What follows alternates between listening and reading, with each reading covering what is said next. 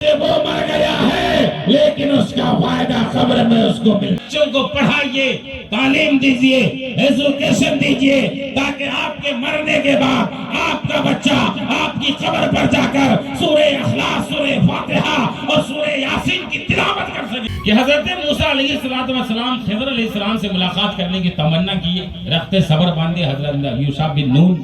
خضر علیہ السلام سے ملاقات ہوئی، سفر پر گئے. حضرت موسیٰ علیہ السلام نے کہا کہ اے خضر ہمیں ساتھ میں رکھیے. حضرت خضر علیہ السلام نے فرمایا کہ تم ساتھ نہیں رہ سکتے، بشرطے کہ خاموش رہنا پڑے گا، کہ آپ جیسا کہیں گے اس پر میں عمل کروں گا. کہا ٹھیک ہے چلو، لیکن جو بھی کام، جو بھی حادثہ پیش آئے گا، نیا واقعہ، تم کو کچھ بولنا نہیں ہے. اقرار کر لیے ٹھیک ہے. اِنَّكَ لَن تَسْتَطِيعَ عَلَيْهِ صَبْرًا، کیا آپ کو صبر نہیں ہو سکتا؟ چلتے گئے، دریا پار کرنا تھا، کشتی میں بیٹھے. بیچ کشتی میں جب پہنچے، حضرت خضر علیہ السلام نے کشتی کو پھاڑ ڈالا. اب پانی گھسنے لگا. موسیٰ علیہ السلام نے کہا عجیب مسئلہ ہے، آپ نے کشتی کو پھاڑ دیا، اب پانی گھسے گا، کشتی والے ڈوب جائیں گے. حضرت علیہ السلام نے کہا اِنَّكَ لَن تَسْتَطِيعَ عَلَيْهِ صَبْرًا، کہ میں نے پہلے کہا تھا کہ آپ برداشت نہیں کر سکتے، پھر سوال کر بیٹھے. کہا ٹھیک ہے دوبارہ سوال نہیں ہوگا. جب دریا پار کر کے گئے تو وہاں دیکھا کہ ایک خوبصورت بچہ تھا، حسین و جمیل. حضرت خضر علیہ السلام نے اس بچے کو پکڑا، ایک مکہ لگایا، بچہ مر گیا. حضرت موسیٰ علیہ السلام نے کہا کہ بھائی یہ بھی تو عجیب واقعہ ہے، آپ نے ایسا کیوں کیا؟ ایک بچہ کا قتل ہے، گناہ عظیم ہے. کہا میں نے کہا تھا تم خاموش رہنا. کہا ٹھیک ہے دوبارہ سوال نہیں ہوگا. چلتے گئے، بھوک لگی، گاؤں والوں سے کھانا مانگا، گاؤں والوں نے انکار کیا. جب گاؤں سے پاس ہو رہے تھے، گھر تھا، اس گھر میں ایک بڑی سی دیوار تھی. دیوار ٹیڑھی ہو گئی تھی، اب گرنے والی تھی. حضرت خضر علیہ السلام نے ہاتھ لگا کر اس دیوار کو سیدھی کر دیا.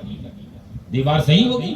موسیٰ علیہ السلام نے پھر کہا کہ پھر آپ فالتو کام کی، اگر آپ چاہتے تو دیوار سیدھی کرنے کے بدلے میں گاؤں والے سے کھانا لے لیتے، ہم لوگ کا پیٹ بھر جاتا، کام بھی ہو جاتا.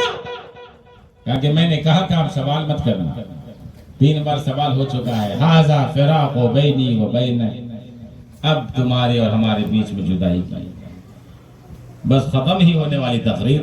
ایک بار مچل کے سبحان اللہ کہیں، ایک بار یا رسول اللہ کہیں. حضرت موسیٰ علیہ السلام نے 3 سوال کیا. ایک کشتی جب آپ نے توڑ ڈالی حضرت خضر نے، ایک جب معصوم بچے کو مارا، اور ایک جب دیوار صحیح کرے جو ہے سیدھی کرائی گئی. حضرت خضر علیہ السلام نے کہا سنو، 3 سوالوں کا جواب سن لو، اس کے بعد تم اپنا راستہ لو، میں اپنا راستہ لوں. میں نے کشتی اس لیے پھاڑی تھی کیونکہ کشتی ایک غریب انسان کی تھی، اور وہ غریب آدمی کشتی چلا روزی روٹی کا انتظام کرتا تھا، اور کشتی کے اس پر ایک ظالم بادشاہ تھا جو ہر آدمی کی کشتی کو چھین لیتا تھا. اور کشتی جو میں نے پھاڑ دیا، سوراخ کر دیا، تو اس کی وجہ سے وہ بادشاہ کشتی نہیں چھینے گا، دیکھے گا کہ یہ خراب کشتی ہے، اس کو لے کے کیا کرے گا. اور اس بچے کو جو میں نے مارا تھا، وہ بچہ کو اس لیے مارا کہ میں نے لوح محفوظ کا مطالعہ کیا اور دیکھا کہ یہ بچہ بڑا ہونے کے بعد ماں باپ کا نافرمان بنتا اور کافر ہوتا. میں نے اس کو قتل کر دیا تاکہ بچہ نابالغ کی حالت میں مر جائے اور کفر سے بچ جائے، اور اس کے ماں باپ کے اعمال بھی صحیح و سلامت رہ پائے. تو بچے کا ایمان بھی بچا لیا، اس کے ماں باپ کے اعمال کو بھی بچا لیا. اور دیوار جو میں نے صحیح کرائی، اس کی وجہ یہ ہے کہ وہ دیوار ایک یتیم بچے کی تھی. کس کی تھی؟ یتیم بچے کی. اس کے ماں باپ انتقال کر گئے تھے، لیکن وَكَانَ أَبُوهُمَا صَالِحًا، لیکن اس یتیم بچے کے ماں باپ بڑے نیک تھے. اس بچے کے ماں باپ بڑے نیک تھے، نمازی تھے، متقی تھے، پرہیزگار تھے، علماءوں کے خدمت گزار تھے، وہ قرآن و سنت کے پیروکار تھے. ماں باپ بڑے نیک تھے. ان کی نیکی کی وجہ سے اللہ نے مجھے حکم دیا کہ خضر جاؤ، اس دیوار کے اندر میں اس بچے کا خزانہ چھپا ہوا ہے، کیا چھپا ہوا ہے؟ خزانہ. اگر دیوار گر جاتی تو خزانہ باہر ہو جاتا، اور وہ بچہ یتیم تھا، وہ خزانہ کوئی اور لوٹ کر کے لے جاتا کہ بھئی زمین کے اندر ہم پائے ہمارا ہے. تو بچے کو بچے کا حق نہیں مل پاتا. یہاں دنیا میں اگر ایک موبائل آدمی پالے تو وہ جلدی باہر نہ کرے. اگر راستے میں آپ کا جو ہے موبائل گم ہو گیا تو آپ سمجھیے ختم ہے.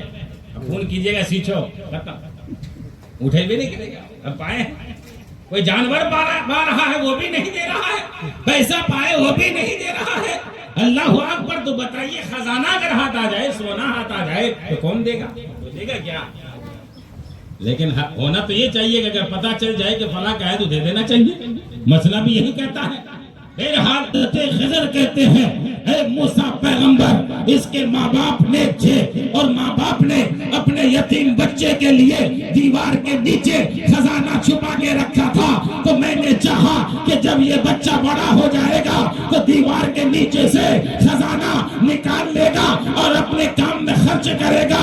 اس لیے میں نے دیوار صحیح کر دی کہ ماں باپ کی نیکی کی وجہ سے بچے کو فائدہ دنیا میں یہ مل رہا ہے کہ ماں باپ کا دفینہ جو چھپا ہوا تھا اللہ کے حکم سے وہ بھی محفوظ ہو رہا ہے، وہ بھی محفوظ ہو رہا ہے. تو اب مسئلہ سماج کیجئے کہ جب ماں باپ کی نیکی کا فائدہ بچوں کو مل سکتا ہے تو بچے دنیا میں اگر نماز قائم کرے، تلاوت جاری رکھے، قرآن پڑھے، حدیث پڑھے، دین کی تبلیغ کرے تو بچوں کی نیکی کا ثواب ماں باپ کی قبر میں ضرور پہنچتا ہوا نظر آئے گا. اگر ماں باپ نیک ہو، حاجی ہو، نمازی ہو، پارسا ہو، متقی ہو تو اس کا فائدہ بچوں کو ملے گا. اگر بچے نیک بنیں گے تو اس کا فائدہ ماں باپ کی قبر میں ماں باپ کو ملے گا.